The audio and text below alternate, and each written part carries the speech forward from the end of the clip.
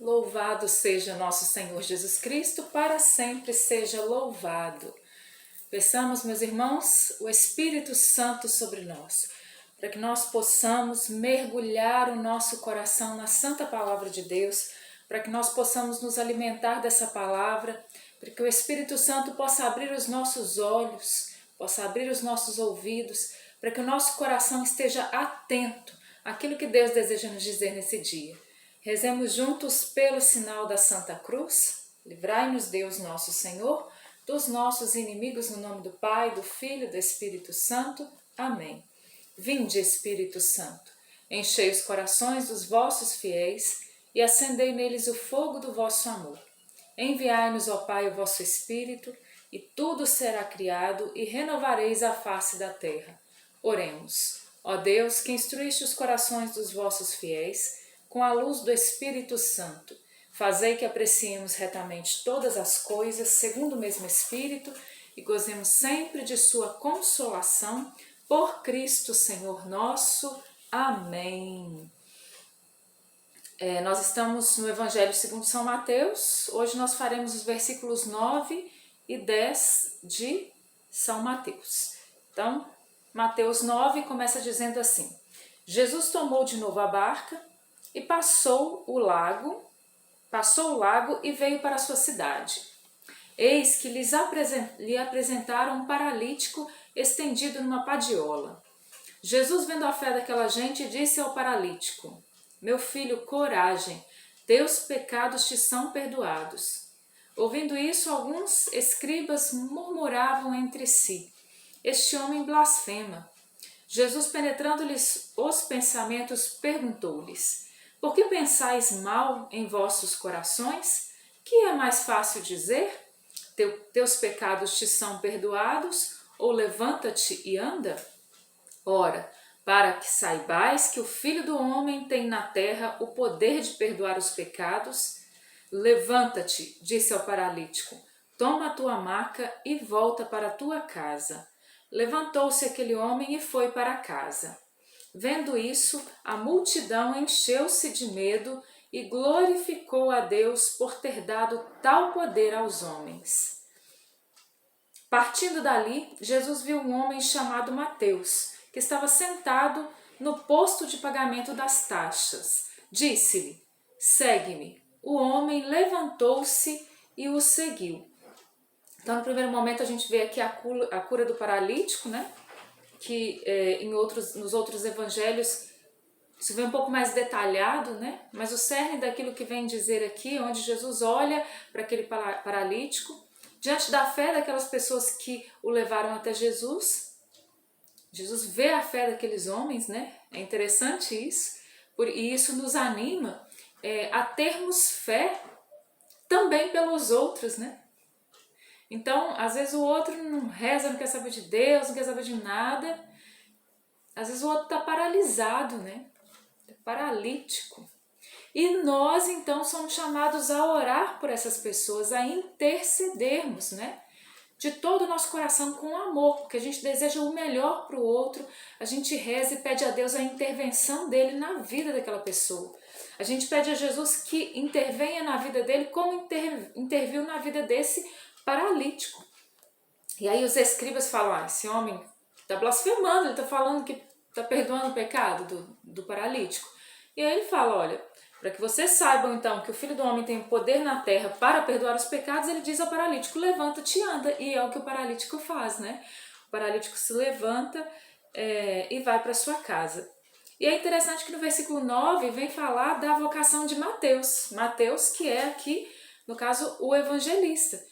Esse que escreveu o evangelho, que também é chamado de Levi. E aqui ele coloca o próprio nome Mateus, né? Partindo dali, Jesus viu um homem chamado Mateus que estava sentado no posto de pagamento de taxas. Disse-lhe, segue-me. O homem levantou-se e o seguiu. Então, como que Mateus testemunhando a sua conversão aqui, né? Nós somos chamados a testemunharmos aquilo que o Senhor fez na nossa vida, aquilo que Ele fez por nós, como é que foi o nosso chamado, né? Como foi que Jesus nos chamou e qual foi a resposta que nós demos a esse chamado, é o que Mateus está fazendo aqui. Como Jesus estivesse à mesa da casa deste homem, então ele foi para a casa de Mateus, Numerosos publicanos e pecadores vieram sentar-se com ele e seus discípulos. Vendo isso, os fariseus disseram aos discípulos: Por que come o vosso mestre com os publicanos e com os pecadores? Jesus, ouvindo isso, respondeu-lhes: Não são os que estão bem que precisam de médico, mas sim os doentes. Ide e aprendei o que significam essas palavras. Eu quero a misericórdia e não o sacrifício. Eu não vim chamar a conversão os justos, mas os pecadores. Então Jesus vem com um grande ensinamento aqui, né? Porque ele vai ali comer na casa de Mateus e ali aquilo se torna um escândalo, né? Tá comendo com um cobrador de impostos e uma série de outros pecadores públicos que estavam ali na casa de Mateus. E Jesus então vem dizer que não são os que estão bem que precisam de médico, mas os doentes. E é interessante que na Quaresma nós somos chamados a viver isso que o profeta Oséias diz e que Mateus retoma aqui, né? Que Jesus diz ali diante da casa de Mateus, né? Daquela visita a ele, que ide aprender o que significam essas palavras. Eu quero a misericórdia e não o sacrifício.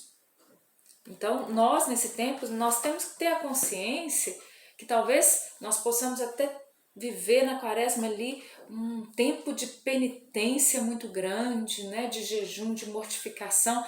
E isso tudo é muito bom, se nós fazemos isso com propósito, mas nós não podemos perder de vista em nenhum momento a misericórdia.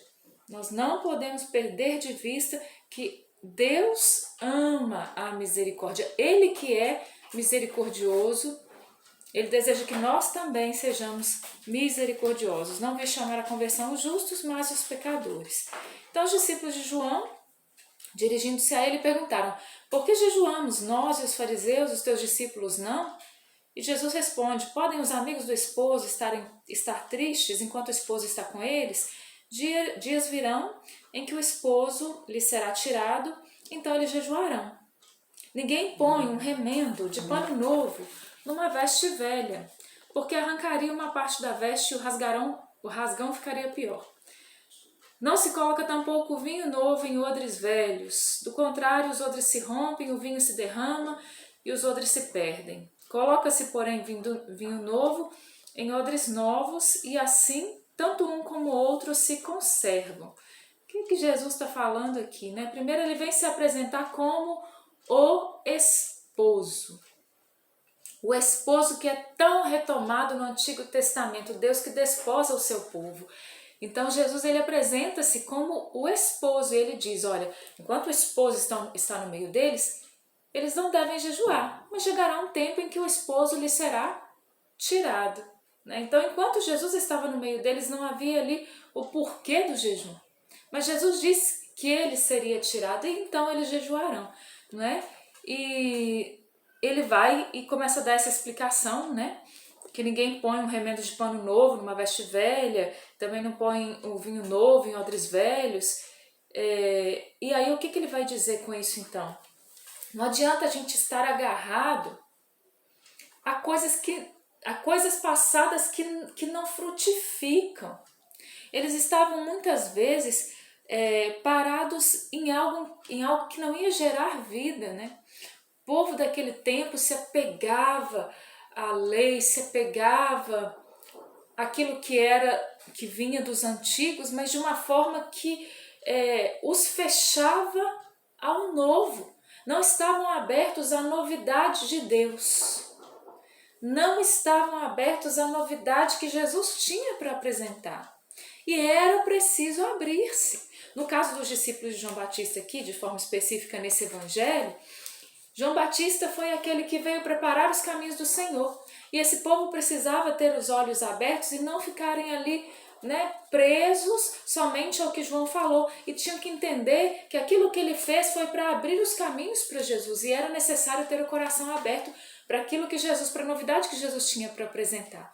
É preciso ter um coração aberto e não um coração fechado, senão não adianta.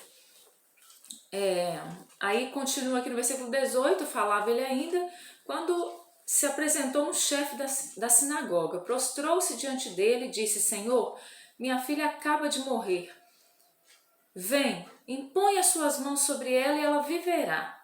Jesus levantou-se e foi o seguindo. Ora, uma mulher atormentada por um fluxo de sangue havia 12 anos aproximou-se dele por trás, tocou-lhe a orla do manto. Dizia consigo, se eu somente tocar na sua vestimenta eu serei curada. E Jesus virou-se, viu-a e disse-lhe, tem confiança, minha filha, tua fé te salvou. E a mulher ficou curada instantaneamente. Chegando à casa do chefe da sinagoga, viu Jesus os tocadores de flauta e uma multidão alvoroçada. Disse-lhes, retirai-vos, porque a menina não está morta, ela dorme. Eles, porém, zombavam dele.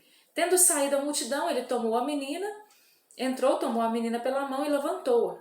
E ela levantou-se. Essa notícia espalhou-se por toda a região. Então a gente vê aqui que o chefe da sinagoga se apresenta a Jesus, a filha dele estava morta, e Jesus vai com ele à casa, vai à casa dele para ressuscitar a menina, né? Porque ele tinha fé. Ele disse, olha, Senhor, minha filha acaba de morrer, mas vem, impõe-lhe as mãos e ela viverá. Ele tinha certeza que se Jesus fosse à casa dele, impusesse a mão sobre a menina, que a menina viveria. Olha a fé desse homem. Ela está morta, Senhor, mas eu creio que tu podes tudo. Tu podes ressuscitar, tu podes fazer reviver a minha filha. Não é? E nesse meio tempo, no meio do caminho, uma mulher que tinha um fluxo de sangue, que era atormentada há 12 anos por esse fluxo de sangue, ela também tinha uma fé enorme. Aquela mulher que tinha 12 anos, que estava com esse fluxo de sangue, ela pensou assim, se eu somente tocar na orla da veste dele, eu fico curada. Ela acreditou que não precisava muito para Jesus curá-la, que ela nem precisava chegar e pedir e Jesus fazer algo em direção a ela, mas só dela tocar na roupa dele, ela ficaria curada. E assim acontece. Ela toca na veste de Jesus, Jesus percebe o que aconteceu, vira para ela e diz, tem confiança, minha filha, tua fé te salvou. E ela ficou curada instantaneamente. O fluxo de sangue parou na mesma hora. Tinha 12 anos aquele fluxo, né? Uma mulher enfraquecida, uma mulher anêmica, uma mulher que não sabia mais o que fazer, era considerada impura pela sociedade, e assim acontece. E com a menina do chefe da sinagoga, né? Da mesma coisa vai acontecer. Jesus toma a menina pela mão, ele entra, toma a menina pela mão, ali vai dizer que os tocadores de flauta, né, como era de costume ali, quando a pessoa morria, esses tocadores de flauta, as pessoas que eram até contratadas ali para chorar junto, né, a família, e aí Jesus tira de lá falando, ela está dormindo, todo mundo sabia que ela estava morta, por isso que eles zombaram de Jesus. Mas Jesus toma aquela menina pela mão e ela se levanta, realmente, ela volta à vida. Partindo Jesus dali, 2 cegos o viram gritando, Jesus, filho de Davi, tem piedade de nós. Olha só, mas 2 cegos entram na cena, vai mostrando aqui a fé, gente, o poder da fé. Vai mostrando aqui numa série de cenas, de forma bem dinâmica, que Mateus vai nos mostrar isso. Entra em cena agora 2 cegos gritando, filho de Davi, tem piedade de nós. Jesus entra numa casa, os cegos se aproximam dele e disse-lhes, credes que eu posso fazer isso? Vocês têm fé que eu posso fazer vocês voltarem a enxergar algo que é impossível aos homens? Sim, Senhor, respondem eles. Então, ele tocou-lhes nos olhos, dizendo, seja feito segundo a vossa fé. E no mesmo instante os seus olhos se abriram. Recomendou-lhes Jesus em tom severo, vede que ninguém o saiba, mas apenas haviam saído e espalharam sua fama por toda a região. Então, o que Jesus pede de nós com essa passagem hoje? Jesus pede de nós que nós tenhamos fé. O que essa palavra provoca em nós? Provoca fé. A gente pensa assim, a mulher tinha fluxo de sangue há 12 anos. O homem aqui tinha a filha morta. E os 2 cegos, diante de Jesus, gritando, Jesus faz 2 cegos, em poucos versículos, 2 cegos enxergarem, uma mulher de fluxo de sangue ser curada, de um fluxo de 12 anos, e uma menina que tinha morrido levantar. O que é que Jesus não pode fazer? É isso que essa palavra provoca no meu e no seu coração. O que é que Jesus não pode fazer na minha vida? Se ele fez na vida dessas pessoas, ele pode fazer na minha. Se ele realizou na vida dessas pessoas, ele é o mesmo de ontem, de hoje e de sempre. Não nos enganemos. Não pensemos que mudou, que Jesus é diferente, porque ele não está caminhando no meio de nós, não estamos vendo. Ele é Deus e ele está caminhando no meio de nós, embora nós não o vejamos. E ele está presente no meio de nós e ele tem o mesmo poder, a mesma força. Ele é o mesmo de ontem e de hoje e de sempre. Se a gente diz, Senhor, vem, impõe as mãos e ela viverá, ela viverá. A gente precisa ter fé, a gente precisa acreditar. Nós temos uma fé muito fraca, muito pequena. Nós precisamos pedir, Senhor, aumenta a nossa fé. Da mesma forma, se nós tocarmos a orla do manto dele pela oração, a gente precisa acreditar que mesmo que tenha muitos anos, que tenha 12 anos, que tenha 30 anos, que tenha 50 anos que a gente reza por uma situação, ele pode intervir. E se nós temos algo, uma enfermidade talvez crônica, ou algo que nós já consideramos impossível, como a cegueira, ele é capaz de fazer. Ele é o Senhor, ele é Jesus, o mesmo. E no mesmo instante, os seus olhos se abriram. Respondeu-lhe Jesus em tom severo, isso que eu já li, versículo 32. Logo que se foram, apresentaram-lhe um mudo. Agora entra um mudo, possuído do demônio. O demônio foi expulso, o mudo falou e a multidão exclamava com admiração. Jamais se viu algo semelhante em Israel.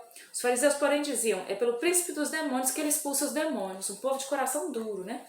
Mas o povo, no geral, acreditava, via aquilo que estava acontecendo, não tinha como negar, né?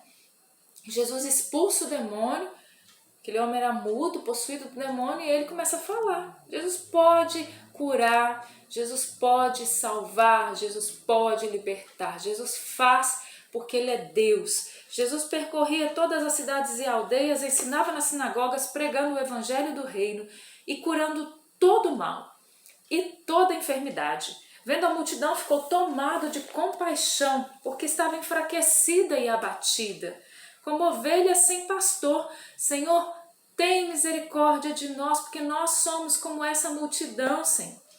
Enfraquecida e abatida, vinde, Senhor Jesus, em nosso auxílio. Disse então aos seus discípulos, a messe é grande, mas os operários são poucos. Pedi, pois, ao Senhor da messe que envie operários para a sua messe. E aí entra a nossa responsabilidade. Nossa responsabilidade de sermos os operários da messe. Não adianta ficar escondendo, gente. Ah, não, eu tenho que cuidar da minha vida, eu tenho que levar a minha vidinha do jeito que ela está. Então não dá para eu ser servo mesmo de Jesus, não dá para ser operário, porque a minha vida não está muito conforme nada, porque eu também não estou muito disposto, muito disposta a nada.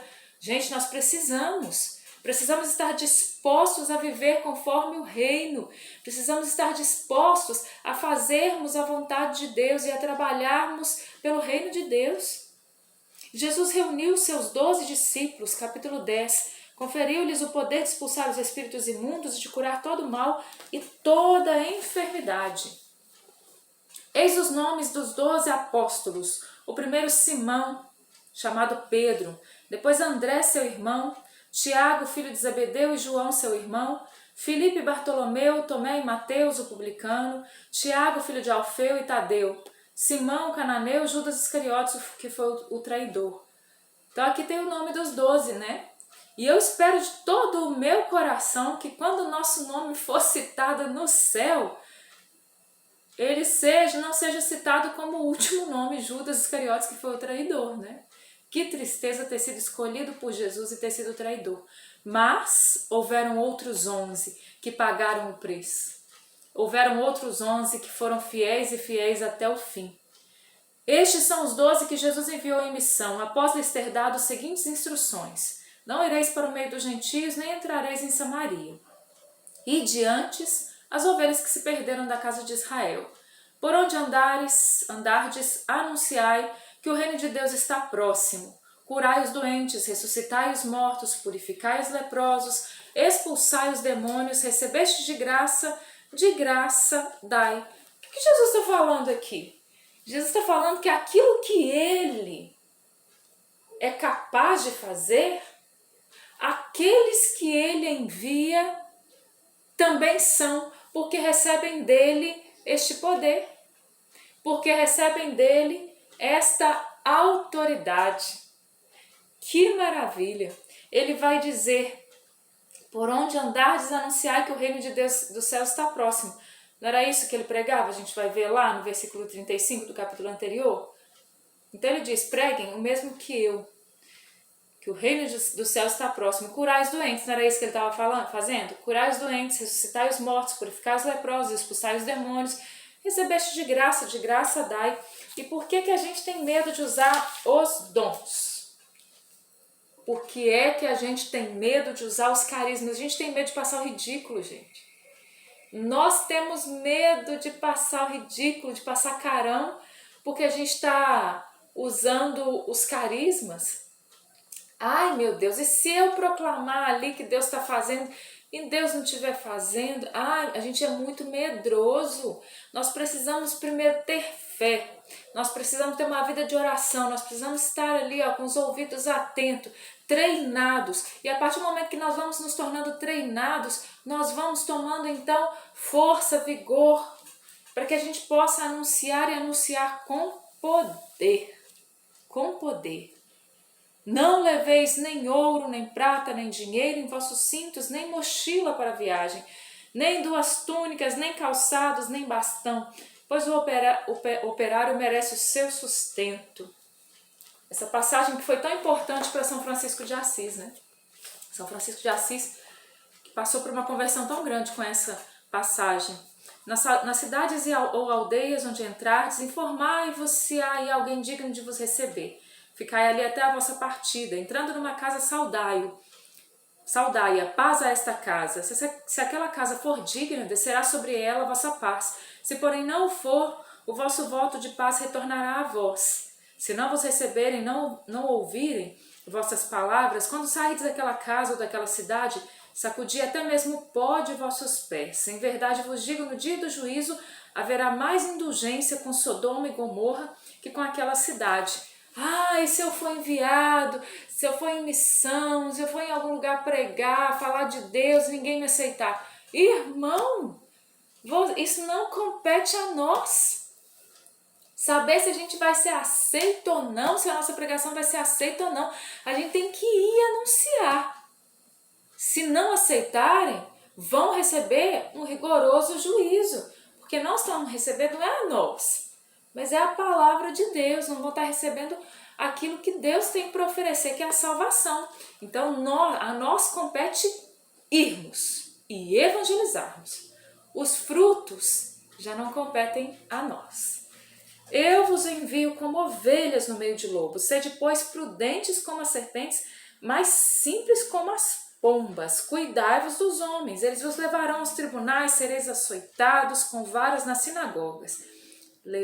Sereis por minha causa levado diante dos governadores e dos reis, servireis de testemunho para eles e para os pagãos. Quando fordes presos, não vos preocupeis, nem pela maneira com que haveis de falar, nem pelo que haveis de dizer. Naquele momento vos será inspirado o que deveis dizer, porque não sereis vós que falareis, mas é o Espírito de vosso Pai que falará em vós.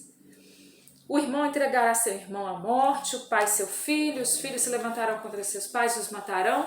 Sereis odiados por todos por causa de meu nome, mas aquele que perseverar até o fim será salvo. Essa é a palavra de Deus para mim e para você. Aquele que perseverar até o fim será salvo, independente das dificuldades, das lutas que nós formos enfrentar, porque nós enfrentaremos, mas nós precisamos perseverar. O discípulo não é maior do que o mestre, o servidor não é maior que o seu patrão, versículo 24. Basta aos discípulos ser tratado como seu mestre e ao servidor como seu patrão. Se chamaram de Beuzebu ao pai de família, quanto mais o farão as pessoas de sua casa, né? Se estavam falando que Jesus expulsava os demônios pelo chefe dos demônios, quem dirá nós, né? Vão falar mal da gente mesmo, não adianta esperar muita coisa não. Não os temais, pois, porque nada há de escondido que não venha à luz e nada há de secreto que não se venha a saber. Então a verdade, ela sempre prevalece. Gente, a mentira, quando a gente diz no dito popular, mentira tem perna curta, é verdade. É verdade o ditado, né? Que a mentira tem perna curta. Não existe nada que esteja escondido que um dia não vai ser revelado. Por isso nós precisamos ser pessoas da verdade. Então não se preocupe, se nós somos perseguidos por causa da verdade, não nos preocupemos. Versículo 32. Portanto, quem der testemunho de mim diante dos homens, também eu darei testemunho dele diante de meu Pai que está nos céus. Aquele, porém, que me negar diante dos homens, também eu o negarei diante de meu Pai que está nos céus. Não julgueis que vim trazer paz à terra. Não, eu vim trazer não a paz, mas a espada. Eu vim trazer a divisão entre filho e pai, filho e mãe, nora e sogra. Os inimigos do homem serão as pessoas de sua própria casa. Então o que Jesus está querendo dizer com isso aqui, gente? Está querendo dizer assim que não adianta a gente pensar que nós vamos seguir Jesus e que vai todo mundo concordar, todo mundo aplaudir. Muitas vezes são os da própria casa que vão falar mal, que vão perseguir, que vão caluniar, que vão nos detonar para a rua fora. Tem que te falar isso. Muitas vezes são os dentro da nossa própria casa que vão fazer isso, que vão falar que está rezando demais, que vão falar muitas coisas, tantas coisas. Não sei o que é que nós vamos passar, mas o Senhor vai dizer assim que isso vai acontecer. Não é todo mundo que vai aderir à palavra de Deus, não é todo mundo que vai aderir à vontade de Deus. Uns vão concordar, outros não, vão rejeitar, vão rechaçar a salvação, vão rechaçar Jesus Cristo e com isso vão também nos humilhar, nos desprezar. E aqui Jesus vem dizer que até mesmo muitos serão entregues, né? Entregues inclusive aos tribunais, por pessoas próximas, né? Então a gente, infelizmente, Jesus já sabia disso. Quando ele diz não vim trazer paz à terra, ele sabia que a mensagem dele não seria bem aceita por todo mundo. Ele sabia. Quem ama seu pai e a sua mãe mais do que a mim não é digno de mim. Não é digno de mim. Então nós precisamos amar mais a Deus. Então aqui quando o pai e a mãe às vezes fazem resistência à vocação do filho, não, você tem que casar, porque eu quero neto. Não, você tem que casar. Você não vai ser padre, meu filho, porque eu não deixo você ser padre. Se você for ser padre, nós nem queremos saber mais de você. Se você for uma religiosa, nós não queremos saber disso, né? Você vai seguir a vida como missionário, você vai se consagrar a uma comunidade? Não, você não pode, né? E não, nós temos que seguir o chamado de Jesus, porque o chamado de Deus é mais importante, né? Então não é desprezar as pessoas da família, mas é amar a Deus acima de todas as coisas. Então se Deus me chama, aí ninguém concorda, ninguém quer saber, que exagero, nós precisamos ir. Quem ama seu filho mais do que a mim não é digno de mim. Aí tem lá o filho, não vou para a igreja porque eu tenho que cuidar da criança. Não vou nos encontros porque eu tenho que cuidar da criança, né? Você tem que cuidar da criança mesmo, é sua obrigação. Mas você não pode ficar dando desculpas por causa do filho, né? Não pode dar desculpas, não pode também ficar criando um reizinho aí, uma rainhazinha, e por causa disso não segue mais a Deus, né? Vai, leva os meninos tudo para a igreja, gente. Pelo amor de Deus, leva que é sua obrigação. Quem não toma a sua cruz e não me segue, não é digno de mim. Aquele que tentar salvar a sua vida irá perdê-la. Aquele que a perder por minha causa irá reencontrá-la. Então Jesus diz, quem não toma a sua cruz não é digno de mim. Nós precisamos tomar a nossa cruz e seguir Jesus. Aquele que tentar salvar a sua vida irá perdê-la. O que significa isso? Eu quero viver bem, né? Não, eu quero uma vida boa, quero uma vida bacana, viver a vida. É o que o povo fala hoje, né? Eu quero viver a vida. Mas o Senhor diz que aquele que perder a sua vida por minha causa irá reencontrá-la. Muitas vezes eu já disse isso, né? Como eu na minha juventude, eu comecei já a seguir Jesus e eu comecei já uma vida dinâmica dentro da igreja, né? Muitos disseram para mim, muitos disseram, você está perdendo a sua juventude. E hoje em dia eu digo, né? Naquela época eu já tinha consciência, já que eu não ligava não. Mas eu digo com toda a consciência, hoje ainda mais, depois que passou o tempo, que eu perdi mesmo. Perdi com consciência, perdi com convicção de fé, perdi com alegria, perdi com disposição de alma. E se eu pudesse voltar de novo à minha juventude, eu perderia tudo de novo e perderia mais ainda. Perderia por causa do reino de Deus. Perderia festas, perderia tantas coisas que o mundo oferece com toda a alegria da minha alma. Perderia. Se 1000 vezes eu voltasse, 1000 vezes eu perderia. E cada vez que eu voltasse, eu perderia mais. Né? Quem vos recebe, a mim recebe. Quem me recebe, recebe aquele que me enviou. Quem recebe, aquele que recebe um profeta na qualidade de profeta, receberá a recompensa de profeta. Aquele que recebe um justo na qualidade de justo, receberá uma recompensa de justo. Então, quando nós recebemos alguém que vem em nome de Jesus, nós recebemos, tantas vezes nós trazemos até para as nossas cidades, né? Grandes profetas, grandes pregadores, padres, a gente traz para fazer encontros, mas também aqueles que se aproximam de nós para nos trazer a verdade. E aí a gente pode olhar toda a hierarquia da igreja, todos os enviados de Jesus. Quando nós os recebemos, nós estamos recebendo o próprio Cristo. Nós temos que ter consciência disso. E quando nós somos enviados, nós estamos indo em nome de Jesus. Que o Senhor nos ensine hoje a vivermos essa radicalidade do seguimento, a dizermos sim ao chamado do Senhor e a irmos firmes no nosso propósito. Pai nosso que estais no céu, santificado seja o vosso nome, venha a nós o vosso reino, seja feita a vossa vontade, assim na terra como no céu. Pão nosso de cada dia nos dai hoje, perdoai-nos as nossas ofensas, assim como nós perdoamos a quem nos tem ofendido. Não nos deixeis cair em tentação, mas livrai-nos do mal. Amém. Glórias ao Pai, ao Filho e ao Espírito Santo, como era no princípio, agora e sempre. Amém. Louvado seja o nosso Senhor Jesus Cristo, para sempre seja louvado. Estamos reunidos no nome do Pai, do Filho e do Espírito Santo. Amém. Que a Virgem Maria nos conceda a graça de perseverarmos e interceda por nós. Rogai por nós, Santa Mãe de Deus, para que sejamos dignos das promessas de Cristo para sempre. Amém.